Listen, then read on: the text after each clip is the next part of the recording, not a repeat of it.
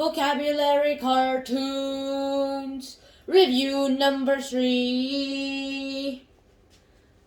Let's go right now into the word worse. That's what I like to call it. It's a word world.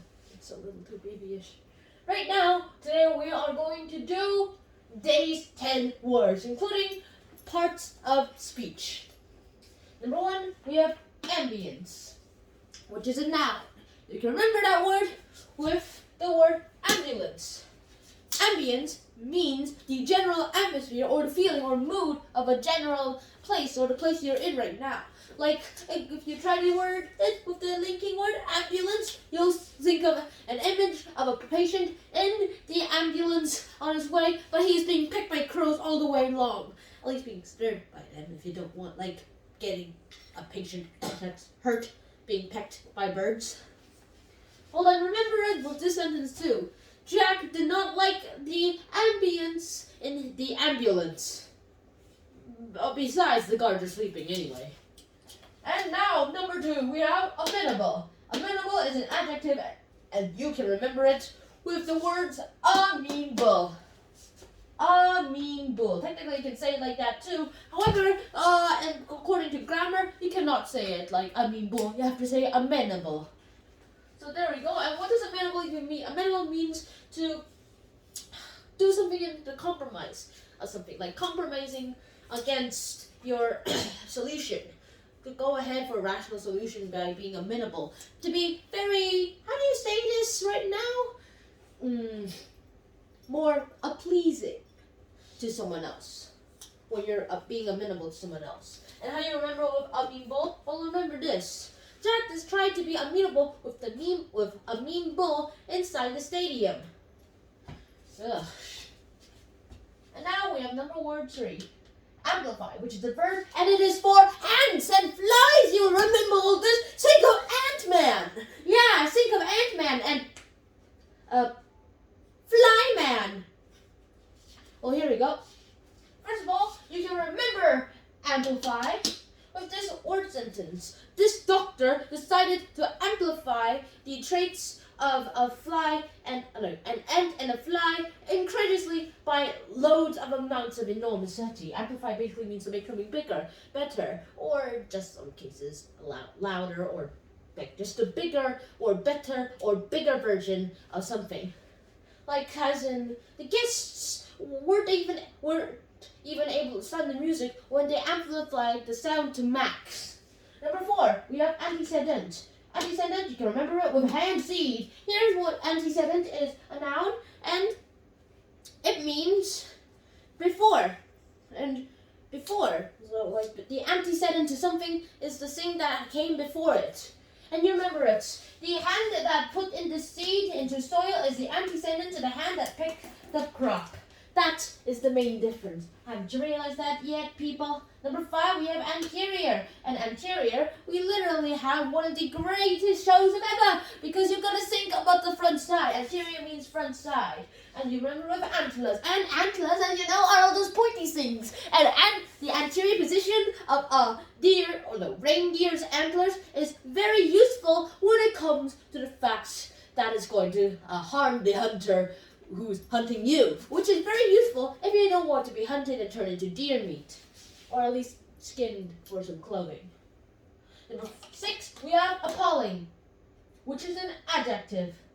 Appalling, you remember with falling, wine. And how do you remember it with appalling, falling? Here's the thing. I have magic. I just found that out recently. Alright, here we go. Appalling. Appalling is adjective. And it basically means to be horrified about something, like as if you're falling in your dreams. Lots of people had those dreams. And you remember the word falling, as I already said. Appalling and falling, you can remember it with rhymes, and you can remember it with this sentence. I am a magician. Alright, here you go. First of all, you remember a person who's acting to be falling in her bed, like that, but it's like lying on her bed, and then in a thought bubble here as a dream, the actual same person, is actually falling in the sky without any parachute or anything, and is falling to 500 spikes in the ground. Think of that. Well, Karen had an appalling dream about her falling into the abyss. You can also use that to remember a different word from before. Next up, we have aptitude, which is a noun. And you can remember it with altitude. They're very similar, to be honest, too. In fact, aptitude actually means to be able to have a natural ability to do something. Like I have an aptitude for making YouTube videos, or I have an aptitude for animating and taking care of people and pets. Sort of. So, you can remember it with the words aptitude and altitude by thinking of birds flying in the sky. And remembering this sentence, birds have an aptitude for altitude. Number 8, we're almost there. You can just wait a few moments. We're almost there. Archaic is number 8 and it means it's an adjective. And it basically means prehistoric times, like times before yours. Like an archaic way of, like they have an archaic sense of cooking. Basically, they are created French souffle without any of the souffle, whatever that means in French. Please, anyone French watching this, tell me what French words mean in cooking. And remember archaic with kick. Archaic kick. That's actually a pretty good sentence too. And also, we can remember this. This cake used to be owned by archaic people. It also means prehistoric times, so it kind of makes sense too. And remember with this image, a guy making a rock cake and his wife, who's wearing lion leopard skin inside a cave. They're all living in a cave with a fire at the entrance. It's the middle of the night, and they're celebrating their son's first birthday. And then she says, "One little piece for me," and he's using a hammer to cut the cake instead of a knife, like how we do it nowadays. I didn't even think cakes existed back then. But however, it is as silly as you want to be. Number 9! Arduous! Remember it? Hard on us! Hard on us. Get it? No? Then you don't have a sense of humor. Arduous, hard on us. You can remember it with dog sleds riding on the snowy, rough terrain, and their master whipping them whenever they're not even doing anything. Don't worry, I'm not gonna whip you. And then, well, the 2 front dogs, these 2 anterior dogs that are leading the whole team, are thinking, this is being very hard on us. And the other guy says, arduous, man, arduous.